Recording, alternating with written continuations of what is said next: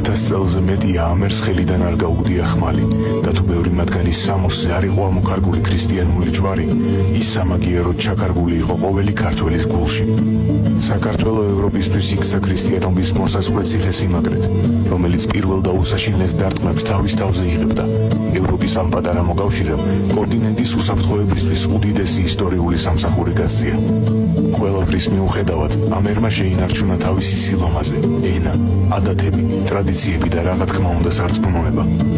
აღმოსავლეთის დიდძალმა ისლამურმა სახელმწიფოებმა ძალიან ბევრჯერ მიმართეს თავისი ენერგია და ფანატიზმი პატარა საქართველოს შეუდრეკელი მკერდისკენ და მიუხედავად იმისა, რომ მათი კლანჭები მაინც მისცდა საქართველოს ჩრდილოეთით მცხოვრებ კავკასიელ ხალხებს და მოახერხა მათი დიდი ნაწილის გამოსლიმება, თვითონ ქართველები მაინც ქრისტიანებად დარჩნენ და ისლამის წინსვლა სწორედ საქართველოში შეაჩერეს საბოლოოდ.